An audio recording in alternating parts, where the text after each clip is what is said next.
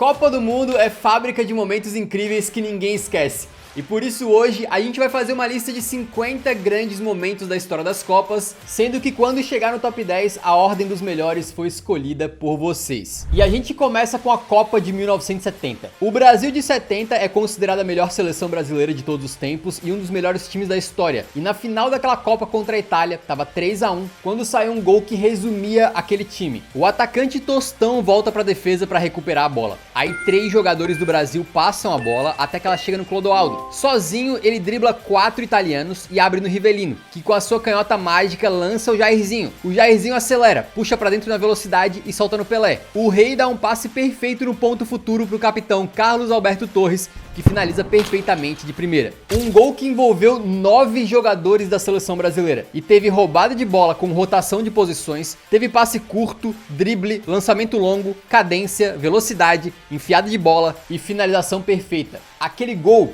foi perfeito. Simplesmente uma representação completa do melhor que existe no futebol. E ó, já queria falar pra vocês que pra isso aqui não virar uma lista de top gols, que não era a ideia do vídeo, a gente evitou falar de gols. Vai ter um ou outro que foram bem marcantes, mas fora isso a gente tentou evitar. E se nesse lance foi tudo perfeito, o que acontece quando dá tudo errado? Na abertura da Copa de 94 nos Estados Unidos, a cantora Diana Ross fazia uma apresentação e no meio dela tinha uma cena ali onde a Diana cobraria um pênalti. Só que na hora da cobrança, o chute dela foi muito pra fora. Um chute horroroso que ficou ainda mais engraçado, porque a trave tinha sido feita pra quebrar no meio depois do gol dela. E aí a trave acabou quebrando por conta do vento, né? Porque o chute dela passou longe. Agora uma coisa eu te garanto, a maior parte das cerimônias de abertura de Copas do Mundo são completamente esquecidas. Mas essa aí a gente continua falando mais de 30 anos depois. Então talvez tenha sido tudo um plano da Diana Ross pra ficar na história. Por falar em dar tudo errado, vamos pra 2018, quando a Bélgica enfrentava a Inglaterra e o Januzaj meteu um gol. Aí o belga Batshuayi tava empolgado e foi fazer aquela de pegar a bola, dar um chutão pra dentro do gol ali, né? Mas ele erra miseravelmente, manda na trave e a bola volta na própria cara dele. Quando a pontaria do cara não tá boa, nem na comemoração ele acerta.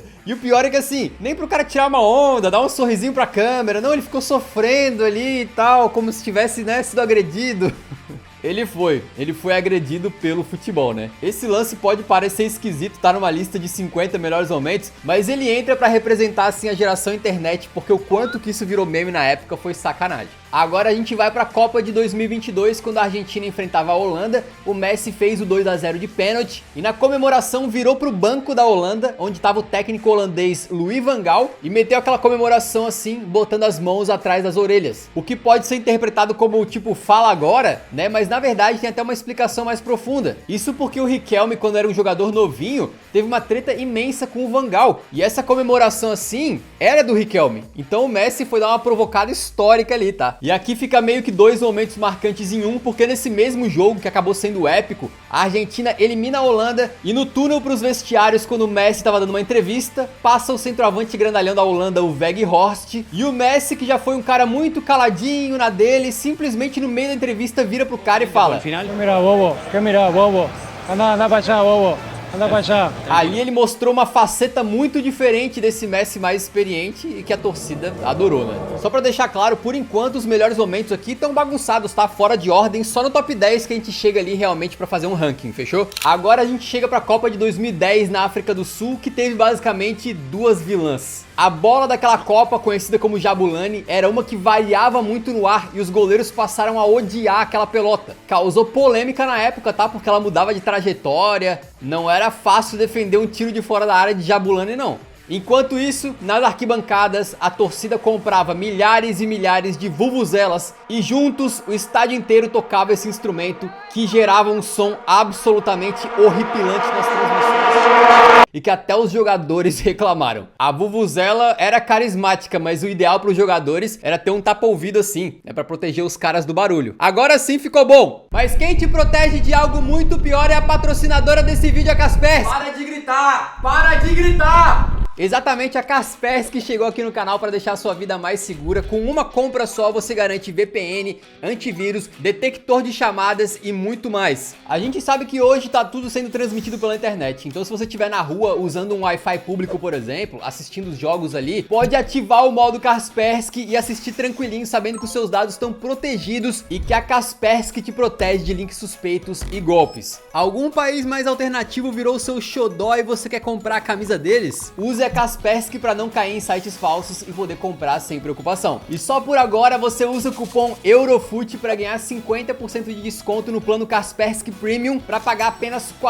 47,95 no primeiro ano. E vale ressaltar, não é R$ 47,95 no mês, tá? É no ano. Apenas R$ 47,95 para você navegar mais seguro na internet, proteger os seus dados, poder acessar conteúdos de todo lugar do mundo e por aí vai. Tem um link na primeira linha da descrição e no comentário fixado para você assinar a Kaspersky e ativar o modo Kaspersky para navegar mais seguro na internet. Agora a gente vai para 1954, quando um dos resultados mais chocantes da história das Copas foi justamente na final. Isso porque na fase de grupos, a Alemanha Ocidental tinha enfrentado a Hungria e tomado de 8-3, com direito a 4 gols do Coates, com os alemães sendo completamente dominados pela Hungria dos Magiares Mágicos. O jogo era considerado previsível, mais uma vitória fácil da Hungria, e no começo até foi, porque eles abriram 2-0 com 10 minutos de jogo. Só que de forma heróica, os alemães foram buscar o empate ainda na primeira etapa. E já na reta final do segundo tempo, o Helmut Hahn virou o jogo aos 84 minutos. A Hungria pressionou e empatou em 3-3, mas o gol foi anulado por impedimento. E no final acabou 3-2. A Alemanha campeã contra todos os prognósticos, numa partida que ficou conhecida como o Milagre de Berna. Se teve a Alemanha fazendo bonito, agora a gente vai para 1982, quando eles protagonizaram um vexame mundial. Isso porque na última rodada da fase de grupos, a Argélia tinha jogado a sua partida e esperava o confronto entre a Alemanha e a Áustria para saber se ela ia se classificar. Só que a Alemanha fez 1-0 e tanto alemães quanto austríacos perceberam que esse resultado classificava as duas. Então, para não arriscar as coisas, as duas seleções fizeram um jogo morno, sem arriscar, tocando pro lado, basicamente pro tempo passar e acabar 1-0 mesmo e eliminar a Argélia. A vergonha foi tão grande que esse episódio ficou conhecido como a Desgraça de Gijón e fez a FIFA mudar o cronograma para na última rodada da fase de grupos, os jogos do mesmo grupo acontecerem no mesmo horário. E a gente quase viu a revanche disso agora em 2026, né? Com justamente a Argélia e a Áustria se enfrentando, as duas podendo passar com um empate, e quando o jogo tava 2-2, nenhuma das seleções queria mais fazer nada, e a Argélia trocou passes por 5 minutos sem que a Áustria incomodasse. Porém, os argelinos marcaram gol no finalzinho e quase eliminaram os austríacos, até que no último lance a Áustria empata em 3-3 e no fim das contas os dois passaram de fase de qualquer jeito. E por falar em vergonha, a gente vai pra Copa de 2006, quando o juiz também deu um vexame. Ele tava apitando um jogo entre Croácia e Austrália, quando o zagueirão croata Simunic cometeu uma falta e tomou amarelo. Aí no fim da partida ele comete outra falta e o juiz dá outro amarelo e deixa o cara em campo. Não expulsou o Simunic. No fim da partida, o Simunic, que já estava fazendo tempo extra em campo, ainda resolve reclamar com o árbitro. E pela reclamação, ele toma o seu terceiro amarelo e aí sim é expulso. E continua reclamando, tá? Do jeito que esse jogo tava, ele deveria ter tomado um quarto amarelo só pra calar a boca. A questão é que o Simunic nasceu e cresceu na Austrália, mas defendia a Croácia. E portanto, o juiz, na hora de anotar quem tinha tomado o cartão amarelo, acabou se confundindo. Mas assim, todo mundo se confunde, acontece. Agora o pior é o juiz que cedeu a uma pressão para invalidar um gol lá na Copa de 82. A França venceu o Kuwait por 3-1 e num contra-ataque os franceses fizeram o quarto. Só que os jogadores de Kuwait tinham parado de jogar pensando que ouviram um apito. Só que o apito não foi do juiz, foi da arquibancada. Assim os jogadores e o técnico do Kuwait ficaram inconformados e queriam a anulação do gol, mas o árbitro não anulou. Até que chegou o Sheikh Fahad Al-Ahmed Al-Jaber Al-Sabah, que era o presidente da Federação do Kuwait. Ele invadiu o campo, trocou uma ideia com o árbitro e aí o juizão, opa, mudou de ideia. O que ele falou a gente nunca vai saber, mas o juizão anulou aquele gol. Inclusive foi o primeiro e único gol antes da era do VAR a ser anulado numa Copa do Mundo depois de ter sido confirmado dentro de campo. Esse árbitro aí, obviamente, foi banido do futebol. Por falar em mutreta no resultado, a gente vai agora para a Copa de 1978, com um dos episódios mais nefastos da história das Copas. O Brasil e a Argentina estavam empatados na segunda fase de grupos e restava um jogo para cada um, a decisão seria no saldo. O Brasil venceu a Polônia e só não iria para a final da Copa se a Argentina vencesse o Peru por 4 ou mais gols, pois chegou a partida e os argentinos enfiaram 6-0 no Peru. Acontece que não parece ter sido um resultado normal. A Argentina vivia uma ditadura militar e dizem os relatos até hoje, né, que o ditador argentino na época fez uma visitinha aos jogadores peruanos antes do jogo, possivelmente para fazer algum tipo de pressão. Outras investigações dizem que os governos chegaram a fazer negociações entre eles para que aquele jogo fosse entregue, enquanto um jogador peruano da época deu a entender que 6 dos seus colegas tinham sido subornados. Provavelmente nunca vai ter alguém que chegue e fale sim, eu subornei, eu roubei, mas é um caso onde todos os indícios apontam para uma irregularidade monstruosa. Por falar em irregularidade, a gente vai para um caso em que depois o juiz acabou sendo preso. Isso porque na Copa de 2002 teve um jogo entre Coreia do Sul e Itália, onde a arbitragem foi no mínimo contestável. Primeiro, o juizão Byron Moreno marcou um pênalti bem duvidoso para a Coreia, que perdeu a cobrança. Aí os coreanos tiveram vários lances de violência em que o juiz deixou rolar, como um que o cara entrou com a sola da chuteira na altura da coxa do Zambrota, uma falta na linha da área que o juiz não quis marcar, e uma cotovelada de propósito do coreano no Del Piero, que o juiz deu falta do Del Piero. Já na prorrogação, o Totti é derrubado na área e em vez de dar pênalti, o juiz expulsa o Totti pelo segundo amarelo, supostamente por ter simulado. Se tu vê os melhores momentos, é impossível não ficar com uma pulga atrás da orelha. E os italianos chamam essa aí de arbitragem mais nefasta da história do futebol. Talvez fosse só uma arbitragem ruim, na verdade. Só que o histórico desse juiz leva a gente também a levantar dúvidas. Porque quando o Byron Moreno voltou a apitar no Equador, ele foi suspenso 2 vezes por má arbitragem. E no futuro, esse cara chegaria a pegar 2 anos de prisão nos Estados Unidos, depois de ter tentado entrar no país com 6 quilos de heroína. Então, olha, realmente esse cara aí não era flor que se cheire, né? Agora a gente sai desses momentos mais obscuros para um muito legal que marcou a história da seleção brasileira. Foi lá na Copa de 94, quando no jogo contra a Holanda pelas quartas de final, o Bebeto fez um gol e comemorou daquele jeito, embalando o bebê, junto ali com o Mazinho e com o Romário, fazendo uma homenagem ao nascimento do seu filho Matheus, que tinha nascido 2 dias antes daquele jogo. Inclusive o Matheus não só virou jogador de futebol, como já se tornou um veterano, tá? Por falar em comemoração icônica, a gente volta para a Copa de 1990, quando no jogo das oitavas entre Colômbia e Camarões, o veteranaço Roger Milla, que tinha 38 anos, aproveitou um erro do Higuita para fazer o 2-0 e foi para a bandeirinha de escanteio comemorar com uma dancinha que virou marca registrada dele. Essa dancinha hoje em dia a gente vê o tempo todo, inclusive com o Vinícius Júnior na Copa de 2026, por exemplo. Mas naquela época as comemorações dos jogadores eram um pouco diferentes. Geralmente eles corriam, se abraçavam, davam um pulo no ar, mas o Roger Milla é considerado um dos precursores dessa comemoração mais alegre, que traz uma questão cultural, se soltando e fazendo algo diferente. Por isso a importância daquela dancinha. Todas as comemorações criativas que a gente vê de jogadores hoje em dia, talvez tenham que agradecer ao Roger Milla naquela Copa de 90. Certamente não foi o primeiro, mas foi o mais marcante. Por falar em momento de alegria e cultura, em 2018 estava rolando a cerimônia de encerramento da Copa na Rússia, quando de repente do nada, o Ronaldinho Gaúcho foi visto ali tocando tambor felizão no meio da cerimônia toda. Hoje em dia a gente se acostumou a ver o Ronaldinho aparecendo em rolês aleatórios, mas na época todo mundo ficou tipo, o que ele tá fazendo ali? Por falar em lenda na Copa de 2018, a gente vai falar da Argentina que estava prestes a ser eliminada na fase de grupos antes de vencer a Nigéria por 2-1 no finalzinho e classificar. Porém, algo chamou ainda mais atenção do que os argentinos dentro de campo: o show de Diego Maradona nas arquibancadas. Nesse dia ele deixou toda a emoção à flor da pele. Maradona foi visto com um bandeirão, fazendo uma pose como se estivesse sendo abençoado por entidades divinas, cruzando os braços como quem tá se segurando, mandando torcedores adversários irem tomar sagu e por aí vai. Ele tava vivendo tão no limite naquele dia, vivendo tão intensamente aquele momento, que ele teve que ser atendido pelos paramédicos e foi parar no hospital.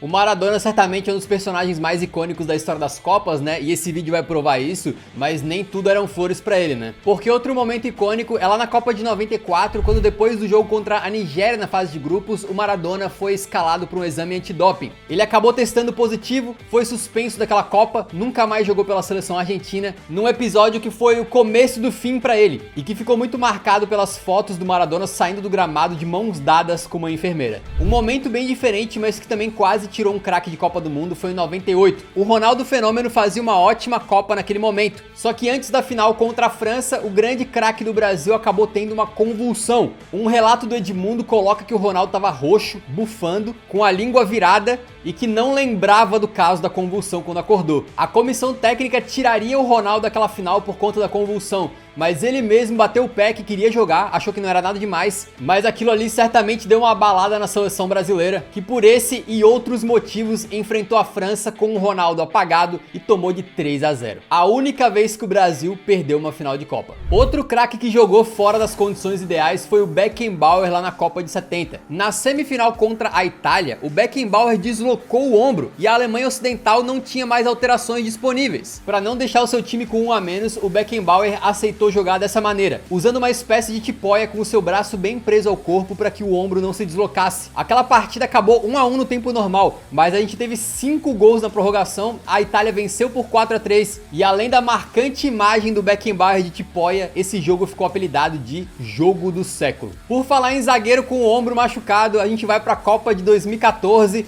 quando o Chiellini sofreu algo que o seu ombro não esperava. Ele estava ali marcando o Luizito Soares, quando de repente o uruguaio resolveu dar um mordidão no ombro do jogador italiano. E o mais engraçado é que o Soares, cara, tava completando a sua 3ª mordida na carreira e acima de tudo, ele cai no chão botando a mão no dente, como se ele tivesse tomado uma umbrada, entendeu? Como não tinha VAR nessa época, o Soares simplesmente não foi expulso, mas depois acabou suspenso do futebol por um período. Por falar em morder o rival na Copa de 90, a gente teve algo pior. Isso porque a rivalidade entre as seleções da Holanda e da Alemanha era muito acirrada e o jogo foi tão pegado que o holandês Rijka foi pego cuspindo no Ruud Völler. Pra piorar, o Ruud Völler reclamou e ele que foi amarelado. Não tinha câmera, não tinha VAR e em vez do Rijka ser punido, foi o alemão. E a treta continuou porque depois o Rijka segurou o Völler pela orelha e ainda deu tempo dos dois serem expulsos e de o Rijka dar uma segunda cuspida em direção ao jogador. É um caso vergonhoso pro Rijka e pra arbitragem, mas pra quem tá vendo de fora assim, não deixa de ser entretenimento, né?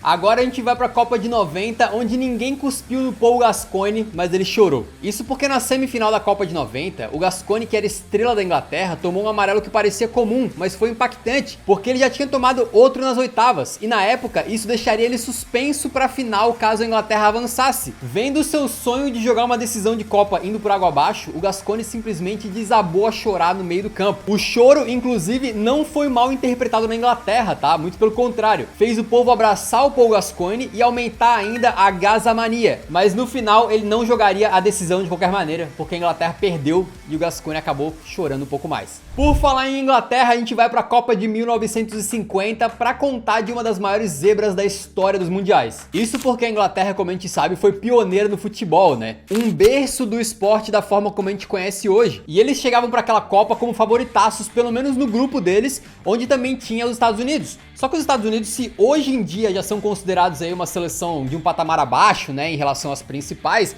naquela época era ainda muito pior. Era um time extremamente inexperiente, que tinha chegado a passar 10 anos sem disputar uma partida no futebol internacional, e dizia-se que ninguém nem sabia que tinha futebol nos Estados Unidos. Um jornal inglês na época estava tão soberbo que chegou a dizer que o jogo deveria começar com 3-0 para os Estados Unidos já, para dar uma chance para eles. Mas quando o salto é muito alto, a queda é muito grande. Porque em Belo Horizonte, a Inglaterra conseguiu a proeza de ser derrotada pela seleção dos Estados Unidos, que era um grande catadão de jogadores que sequer estavam acostumados a jogar futebol juntos. Foi um 1-0 tão surreal que o jogo ganhou o apelido de O Milagre de Belo Horizonte, e que quando a notícia chegou na Inglaterra, diz a lenda que o redator de um jornal achou que eles tinham escrito errado. Inglaterra 0, Estados Unidos 1, não, eles esqueceram de colocar o 1. Deve ter sido 10-1 o placar. Foi uma zebra colossal que hoje seria o equivalente a, não sei, talvez o Brasil enfrentar o Chipre na Copa do Mundo e perder de 1-0. A gente continua falando da Inglaterra porque tem um caso lá de 1966, onde eles se deram muito bem,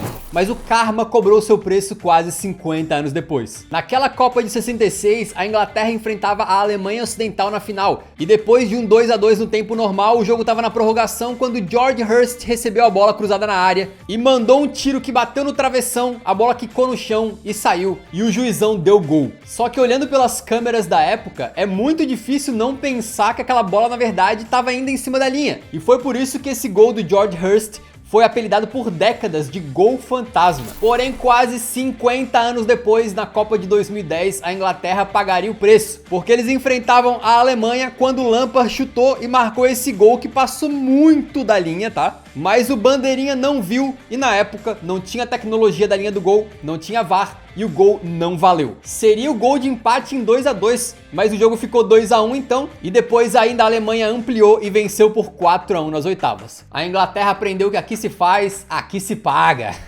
Por falar em gol anulado, um dos mais absurdos de todos os tempos foi na Copa de 78. O Brasil enfrentava a Suécia pela fase de grupos, o jogo tava 1-1 até o finalzinho, quando vem um escanteio na área e o Zico sobe no ar para mandar um gol de cabeça e fazer o gol da vitória do Brasil. Só que não valeu porque o juiz resolveu terminar o jogo com a bola no ar. A bola literalmente estava chegando na cabeça do Zico, o juizão levantou o apito e apitou. Dá muito a impressão de que o cara tava mal intencionado e não à toa, depois ele foi suspenso de apitar a Copa do Mundo. Quem também estava suspenso para a Copa de 1982 era o jogador italiano Paolo Rossi, que por conta do Totoneiro, um escândalo de manipulação de resultados na Itália em 1980, tomou 3 anos de banimento do futebol. Só que a Itália estava carente de um goleador camisa 9 para a Copa e deram um jeito de reduzir a pena do Paolo justo em tempo para ele integrar o elenco da seleção para a Copa do Mundo. Paolo Rossi chegava na Copa então depois de ter ficado parado por um tempasso e parecia estar sem ritmo de jogo. Tanto ele quanto a Itália começaram aquela Copa dormindo, com 3 empates e eram criticados duramente. O Paolo Rossi não tinha feito nenhum gol, mas foi no mata-mata que o bicho pegou. A Itália enfrentou o Brasil nas quartas de final e o homem simplesmente meteu um hat-trick. 3 gols para eliminar uma das melhores seleções brasileiras que a gente já viu. Numa atuação lendária, marcante na história das Copas, mas principalmente no coração do brasileiro, né? E para piorar, o Paolo Rossi ainda foi campeão daquela Copa do Mundo, artilheiro, levou a bola de ouro depois e ainda deu tempo de escrever um livro chamado Eu Fiz o Brasil Chorar. Por falar em Itália nessa Copa de 82, teve um momento muito legal dos italianos na final. Eles jogavam contra a Alemanha quando o Tardelli fez o 2-0. E o que chamou mais a atenção não foi nem o gol dele, e sim a comemoração. Porque o Tardelli simplesmente saiu correndo perdido de um lado para o outro, com ambos os punhos no ar, vibrando sem rumo e gritando gol sem parar. Cada um comemora da sua maneira e tá tudo bem. Só que essa comemoração acabou ficando lendária porque dá pra ver assim a emoção completamente pura e sem filtros dele, né? Com muitos achando que essa é uma das comemorações mais genuínas, autênticas e emocionantes que a Copa do Mundo já viu. Outra coisa muito única aconteceu na Copa de 1958, quando o francês Just Fontaine disputou apenas 6 jogos naquela Copa do Mundo, a sua única Copa na carreira, e meteu simplesmente 13 gols. Ele começa metendo 3 contra o Paraguai, mete mais 2 contra a Iugoslávia, mete 1 contra a Escócia, depois um doblete contra a Irlanda do Norte, mais um gol contra o Brasil e ainda soca mais 4 pra cima da Alemanha Ocidental na disputa por terceiro lugar. A gente passou muito tempo com o Klose sendo o artilheiro maior da história das Copas com 16 gols, sendo que o Just Fontaine fez 13 em apenas uma edição.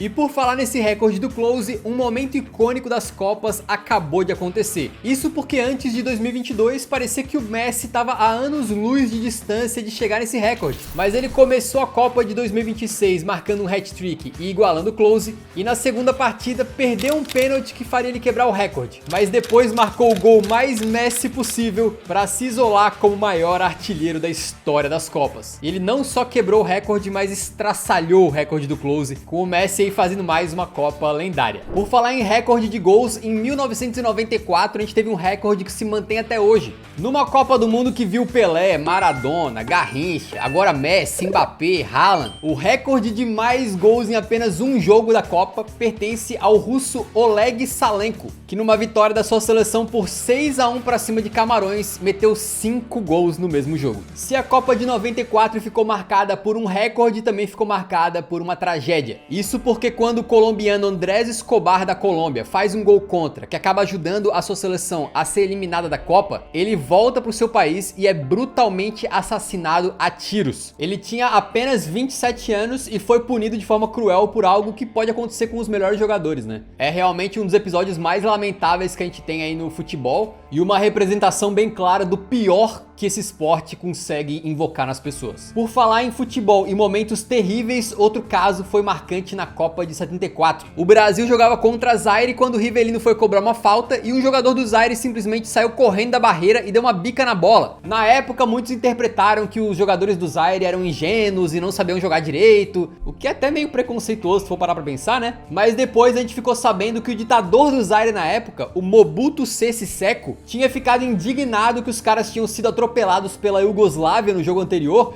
e disse que se eles perdessem de mais de 3-0 pro Brasil, eles seriam executados na volta ao país. Então basicamente os caras estavam desesperados e aquilo ali foi simplesmente uma tentativa maluca de tentar fazer um pouquinho de cera e ganhar tempo. Ainda na Copa de 74 a gente tem um lance que ficou marcado de forma assim muito positiva. Isso porque em 74 a Holanda enfrentava a Suécia quando o Cruyff estava sendo bem marcado e simplesmente virou seu corpo para trás, passando facilmente pelo marcador naquilo que ficou conhecido como giro do Cruyff. Naquele momento parecia um drible comum, mas ele ficou marcado por ser a representação perfeita daquele time, que não precisava necessariamente de jogadores super fortes, super rápidos ou de dribles mirabolantes para ser eficiente e jogar um futebol bonito. O Cruyff fez um drible que praticamente qualquer um de vocês consegue fazer aí, exemplificando como que a inteligência e a correta utilização de espaços pode ser usada de forma simples, mas aterradora. Por falar em uma mudança simples que virou histórica, a gente vai para a Copa de 2014, quando a Holanda enfrentava a Costa Rica no mata-mata e o jogo acabou 0-0.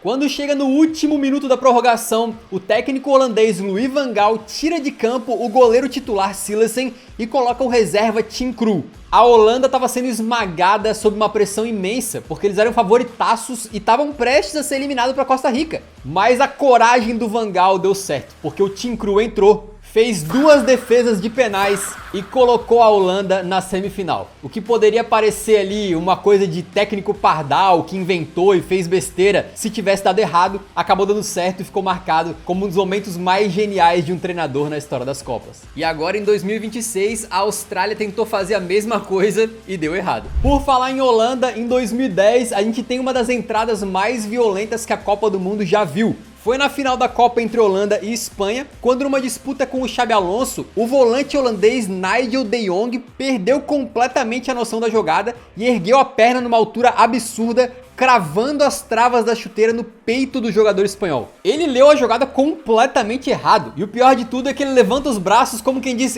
foi nada, seu juiz. Eu que tomei uma peitada violenta do Xabi Alonso nas travas da minha chuteira. Numa época sem VAR, mesmo um lance violentíssimo como esse acabou não gerando um cartão vermelho, porque o juiz estava com a visão encoberta no momento do golpe de karatê ali, de Kung Fu, e acabou dando só um amarelo pro De Jong. Ainda bem que a Espanha ganhou de qualquer maneira, porque se a Holanda é campeã, olha, o que esse lance teria dado o que falar, seria brincadeira, hein? Por falar em entrada brutal, a gente tem outra que assim quase desmontou o jogador adversário. Foi na Copa de 1982, na semifinal, quando o goleirão da Alemanha Ocidental, Schumacher, foi sair do gol e acabou se chocando contra o adversário, o francês Battiston. O choque é violentíssimo, só que se a gente parar pra analisar assim, né? No momento que o Battiston chuta pro gol, o goleiro tá muito longe ainda. Então ele foi no mínimo irresponsável com essa entrada dele, mas acho que até dá pra gente analisar e falar que ele quis ser violento mesmo. E nesse lance o juiz fez o seguinte, ele não viu nada, porque a bola tava tão longe do choque entre os jogadores que ele sequer entendeu o que aconteceu. Então o goleiro Schumacher não foi expulso, não tomou amarelo, a falta nem foi marcada. O juiz simplesmente deu tiro de meta.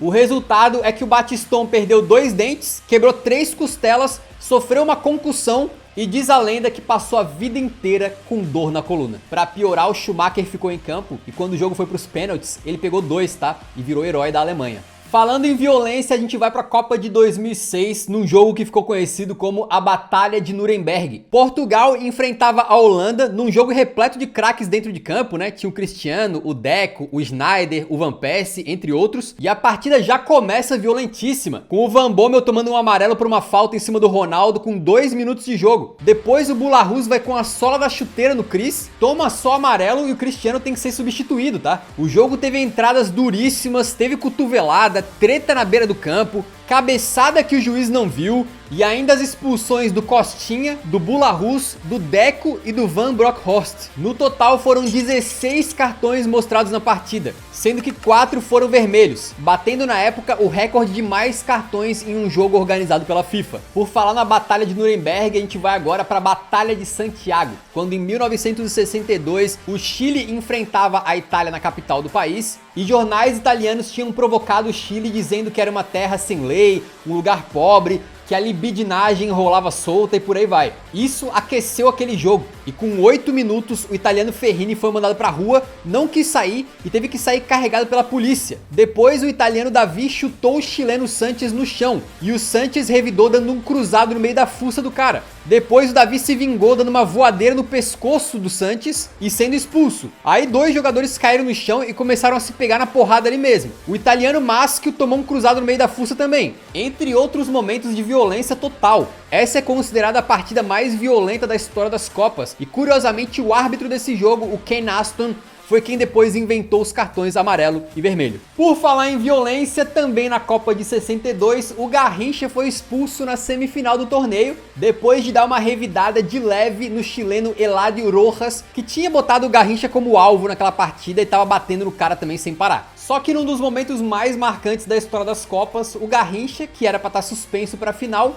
jogou aquela final. E até hoje o tema de como que ele jogou não tá 100% bem resolvido. Alguns dizem que todo mundo queria ver o Garrincha dentro de campo, por isso deram um jeitinho dele jogar. Outros falam que o bandeirinha Esteban Marino, que viu a agressão do Garrincha e era responsável por dar o depoimento que iria suspender o jogador, acabou tomando um sumiço, enquanto outros relatos dizem que houve um suborno partindo da CBD, a CBF da época, para que o Garrincha pudesse jogar. No fim das contas, o Mané jogou e o Brasil foi campeão. Mas teve outro momento muito marcante com ele nessa Copa de 62. Foi quando o Brasil enfrentava a Inglaterra e um cachorro invadiu o gramado. O Garrincha, um dos jogadores mais dribladores de todos os tempos, foi driblado pelo cãozinho, enquanto o inglês Jimmy Greaves ficou de 4 como um cão para conseguir segurar o cachorro. E dizem os relatos que o cão acabou urinando no Greaves, que passou o resto da partida mijado. Depois disso, o Garrincha adotou o cãozinho e apelidou ele de Bi em homenagem ao bicampeonato da seleção brasileira. Por falar em cachorro, em 1966 a Copa ia ser na Inglaterra e alguns meses antes do torneio começar, a taça da Copa que estava sendo exibida para o público simplesmente sumiu. Mesmo com seguranças por perto, alguém pegou e ninguém ficou sabendo. Isso gerou uma busca pelo país inteiro, mas quem encontrou não foram os oficiais da Scotland Yard, nem o Sherlock Holmes, e sim o cãozinho Pickles, que estava passeando com o seu dono certo dia e foi farejar um pacote que estava ali apoiado num carro na rua. Quando o dono do cachorro pegou o pacote e abriu, ele ficou em choque que era a taça Jules Rimet que tinha sido roubada. O cachorrinho Pickles virou herói nacional e depois apareceu até em um filme. Por falar em herói nacional, um dos grandes craques da Inglaterra foi preso antes da Copa de 70. Isso porque a seleção inglesa estava se preparando na Colômbia para aquele torneio no México, né? Quando o capitão Bob Moore, que tinha levantado a taça de 66, foi numa loja de lembrancinhas e acusaram ele de ter roubado um bracelete. Com isso, chegaram policiais armados no hotel onde ele estava e prenderam o cara, que só foi liberado depois que teve um julgamento onde descobriram que o relato da funcionária da loja era tão falso que ela dizia que o Moore tinha colocado o bracelete no bolso do casaco,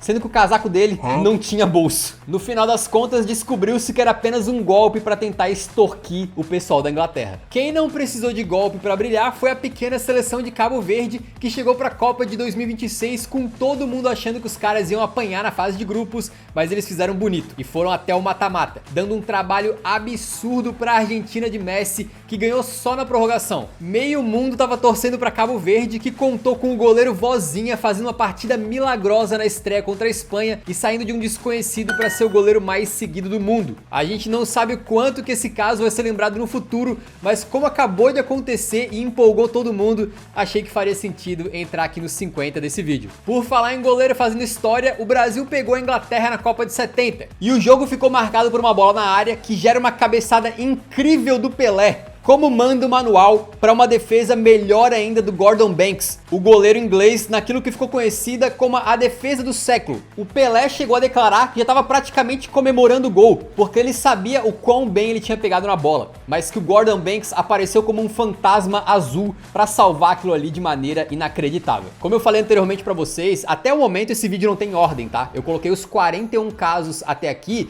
de forma aleatória, só que agora a gente entra pro top 10, que eu botei para votação do público. Então, a partir daqui, esses são os 10 momentos mais icônicos da história das Copas, segundo vocês. Com dois detalhes importantes, né? A gente evitou colocar tantos gols assim para não virar um vídeo de melhores gols e também tantas defesas para não virar um vídeo de melhores defesas, mas algumas entraram. E depois de eu falar da defesa do século do Gordon Banks, agora a gente entra no top 10 com o que eu gostaria de apelidar de defesa do milênio. A gente tá falando da Copa de 2022, quando na final entre Argentina e França, o jogo foi um 3-3 alucinante, até que praticamente no último lance da prorrogação, o Kolo Muani recebe uma bola frente a frente com o Dibu Martínez, pronto para empurrar pro gol e dá o bicampeonato consecutivo para a França, se tornando herói de um país, quando Emiliano Martínez saiu como se fosse um goleiro de handebol, se esticou inteirinho e com o pé esquerdo fez aquela que hoje em dia é considerada a maior defesa da história das Copas, mantendo a Argentina no jogo e sendo o momento que tornou aquela seleção campeã mundial.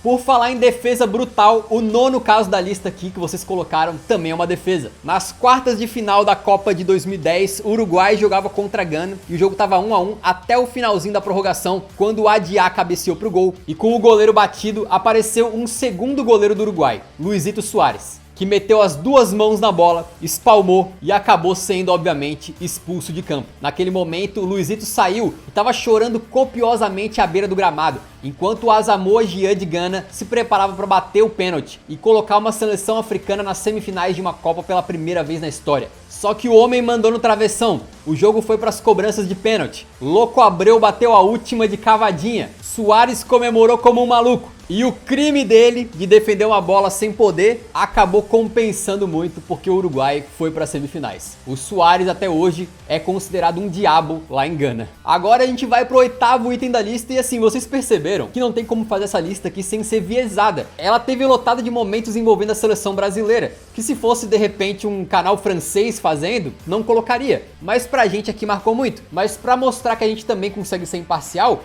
em oitavo lugar tem mais um momento da Argentina. Isso porque em 1986 a Argentina enfrentava a Inglaterra nas quartas de final, quando o Maradona pegou uma bola no campo de defesa, ali pela parte direita, driblou um jogador, driblou dois, botou na frente, tirou do terceiro, passou pelo quarto, driblou o goleiro. E com dois caras chegando pra apertar ele, chutou pro gol vazio para fazer um dos gols mais lindos da história do futebol e que ficou marcado como o gol do século. E nem seria o gol mais marcante do Maradona, que vai aparecer nessa lista, obviamente, de novo, né? E em sétimo lugar, a gente tem um dos lances mais especiais da história da seleção canarinha, quando depois de uma final tensa contra a Itália, em que o Brasil empatou por 0-0, chegou às cobranças de pênaltis. E depois de o Massaro parar no Tafarel, o Brasil estava na frente. E quando chegou o Roberto Baggio para a cobrança dele, um cara que era craque e até hoje considerado um dos melhores atacantes que a Itália já teve, o Baggio isolou a sua cobrança para fora do Rose Bowl, permitindo que o Galvão, o Pelé e o Brasil inteiro soltassem um grito que estava entalado há 24 anos na garganta.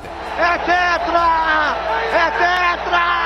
Por falar em grito entalado na garganta, o sexto momento mais icônico da história das Copas pra nós aqui é a tristeza de 1950 no Maracanã. Naquela Copa, o Brasil estava jogando uma segunda fase de grupos, era uma espécie de quadrangular, que quem vencesse seria campeão. O Brasil estava destruindo todo mundo, metendo 7-1 contra a Suécia, com o nosso craque Ademir metendo 4 gols, e depois mais uma goleada contra a Espanha, um 6-1 brilhante. O Brasil era muito favorito e precisava apenas de um empate contra os uruguaios na última rodada para ser campeão mundial. E para melhorar tudo, o Brasil ainda jogava em casa, no Maracanã lotado. Ou talvez mais do que lotado, porque dependendo da fonte, a gente tem números que vão de 170 até 205 mil pessoas no estádio naquele jogo, o que é considerado o maior público da história do futebol mundial. O Ademir chegava para aquele jogo decisivo como craque indiscutível da Copa do Mundo, e havia uma soberba de que o Brasil estraçalharia o Uruguai. Mas o que prometia ser uma festa absurda foi o contrário, porque no maior jogo jogo da história da seleção na época, o Uruguai venceu o jogo de virada por 2-1, num episódio que ficou marcado como o Maracanaço, e que foi tão traumático que fez até o Brasil abandonar o seu uniforme, que na época era branco. Por falar em Brasil, a gente chega no quinto momento mais marcante da história das Copas, que aconteceu lá em 2002. O Ronaldo Fenômeno fazia uma Copa brilhante, quando antes da semifinal contra a Turquia, ele apareceu usando um corte de cabelo inovador, que ficou conhecido como corte cascão. Aparentemente o Ronaldo estava cortando o cabelo normal, como ele sempre fazia, e resolveu fazer uma graça com os jogadores da seleção, que deram risada e desafiaram ele a ir para campo daquela maneira. Ele aceitou o desafio e foi. Ele, percebendo que aquilo ali chamava muito atenção, aceitou o desafio, sabendo que a mídia agora ficaria falando da cabeça dele e não da forma física, já que ele estava com um pequeno probleminha muscular depois do jogo contra a Inglaterra nas quartas. Com o corte cascão, Ronaldo fez o gol de biquinho que decidiu a semifinal contra a Turquia, depois decidiu a final contra a Alemanha com 2 gols. E o resto é história. Se eu ou você fazemos isso aí, a gente ia ser ridicularizado. Mas hoje o corte cascão virou um dos cortes mais icônicos da história do futebol, se não o mais icônico. Por falar em coisa mais icônica, o quarto item da lista aconteceu na Copa de 2014. A seleção do Filipão vinha de uma Copa conturbada, em que não conseguiu jogar bem contra o Chile e contra a Colômbia, onde apesar de vencer, o Brasil perdeu o seu melhor jogador, o Neymar, depois de uma entrada do colombiano Zúñiga. Para além disso, o líder da defesa brasileira, Thiago Silva, estava suspenso para aquele que seria o grande jogo do Brasil na Copa, contra a Alemanha. Bem verdade que o Brasil não fazia uma Copa brilhante, mas ainda assim o clima antes do jogo não era de desespero total. Muitos acreditavam no Brasil, inclusive o Mineirão estava lotado até a boca de gente acreditando. Porém os brasileiros tiveram que ver logo aos 11 minutos o Thomas Müller abrir o placar. O Brasil seguiu lutando e a torcida empurrando, quando aos 23 a Alemanha amplia. Um gol que doeu 2 vezes, porque naquele momento o Klose passou o Ronaldo como maior artilheiro da história das Copas. O time brasileiro entrou em pânico. E aí a Alemanha não tirou o pé. O Klose tinha feito o segundo gol no minuto 23, mas aos 29 já estava 5-0 no placar. Uma humilhação sem tamanho que ficou ainda pior no segundo tempo, quando mesmo a Alemanha tirando o pé, os caras fizeram mais 2 ainda para completar o placar de 7-1. O maior vexame da história do futebol. Dificilmente alguém vai superar um 7-1 tomado pela melhor seleção da história do futebol, jogando em casa para um estádio lotado. Mas outra coisa que dificilmente alguém vai superar foi o que fez o Pelé na Copa de 58. O terceiro momento mais icônico da história das Copas. E para esse momento aqui, a gente tomou um pouco de liberdade criativa, porque não é um momento em específico, é uma coleção de momentos, porque é a Copa do Mundo do Pelé como um todo. Ele chegou para aquela Copa com 17 anos e não atuou nas primeiras 2 partidas. Só que no mata-mata, Pelé floresceu e começou a pavimentar o seu caminho para ser o rei do futebol. Nas quartas de final contra o País de Gales, num jogo dificílimo que estava 0-0, ele matou a bola no peito, deu um toquinho para tirar do zagueirão e mandou rasteiro para garantir a vitória por 1-0. Na semifinal contra a poderosa França do Just Fontaine, o Pelé marcou um gol empurrando depois de um rebote do goleiro, mais um fuzilando a bola de dentro da área, e completou a sua tripleta dominando de coxa e sem deixar cair, metendo um chutaço pro fundo do gol. Aos 17, Pelé marcava 3 gols numa semi de Copa e botava o Brasil na final, onde ele teria ali a cereja no seu bolo. O Brasil pegava a anfitriã, quando Pelé marcou um dos seus gols mais antológicos da carreira, recebendo o lançamento do Nilton Santos, dominando no peito, metendo um chapéu no zagueirão e fuzilando para fazer um dos gols mais bonitos da história do futebol. Como se não bastasse, ele domina no peito, toca de calcanhar lá no meio-campo e vai para a área para marcar de cabeça o gol que fez o 5-2 e que dava o título de Copa para o Brasil pela primeira vez na sua história. Até hoje, nunca um jogador tão jovem conseguiu ter um impacto tão fulminante numa competição de nível de Copa do Mundo. Por falar em fulminante, a gente chega no segundo momento mais icônico da história das Copas, segundo vocês, que foi lá em 2006, quando Itália e França se enfrentavam na final. O Zidane abriu o placar com uma cavadinha no pênalti, o Materazzi empatou para os italianos de cabeça e os 2 autores do gol se enfrentaram no caso icônico no meio-campo. O Materazzi provocou o Zidane sem parar e o francês de cabeça quente desferiu um baita golpe de cabeça no meio do peito do italiano, derrubando o homem e, obviamente, sendo expulso daquele jogo. Aparentemente o Materazzi estava segurando muito a camisa do Zidane quando marcava o francês, E o Zizou teria dito que se ele quisesse a camisa, ele dava. E o Materazzi respondeu que não queria a camisa, e sim a irmã do Zidane. E o resto é história. O Zidane disse que se arrepende da cabeçada como um todo, mas que preferiria morrer do que pedir desculpas pro Materazzi. E chegamos então pro número 1, o momento mais icônico da história das Copas, que eu confesso que me surpreendeu, né? Como eu falei pra vocês, essa aqui é uma lista viesada por eu ser brasileiro, vocês serem brasileiros, mas o momento que vocês escolheram como mais marcante da história é de um argentino. Isso porque naquele mesmo jogo em que a Argentina venceu a Inglaterra com o gol do século do Maradona, ele fez outro, numa bola que sobe na área e o Maradona sobe com a mão pra cima, desviando a bola com o seu punho e marcando o que ficou conhecido como o gol La Mano de Dios. Depois da partida, o Maradona disse que aquele gol tinha sido feito com um pouco da cabeça de Maradona e da mão de Deus. E como Inglaterra e Argentina tinham se envolvido num conflito, a chamada Guerra das Malvinas, que os ingleses ganharam e acabaram matando muitos argentinos, o Maradona disse que não se arrependia e que aquele gol tinha sido uma espécie de intervenção divina por tudo aquilo que o povo argentino tinha sofrido na mão dos ingleses. Copa do Mundo é fábrica de momentos icônicos, então certamente ficaram muitas coisas de fora, né? Muitos golaços, como aquele do Ronaldinho em 2002. Mas eu espero que vocês tenham gostado dessa lista que a gente montou, em que eu enganei vocês, porque não tem 50 itens, tem 51, tá? Obrigado aos que votaram e ajudaram a eleger o top 10, e se você quiser continuar sabendo mais da história das Copas ou do Brasil em Copas, tem um vídeo sobre cada um desses assuntos aqui na minha mão mais ou menos, é só apertar e assistir lá, vale muito a pena, beleza?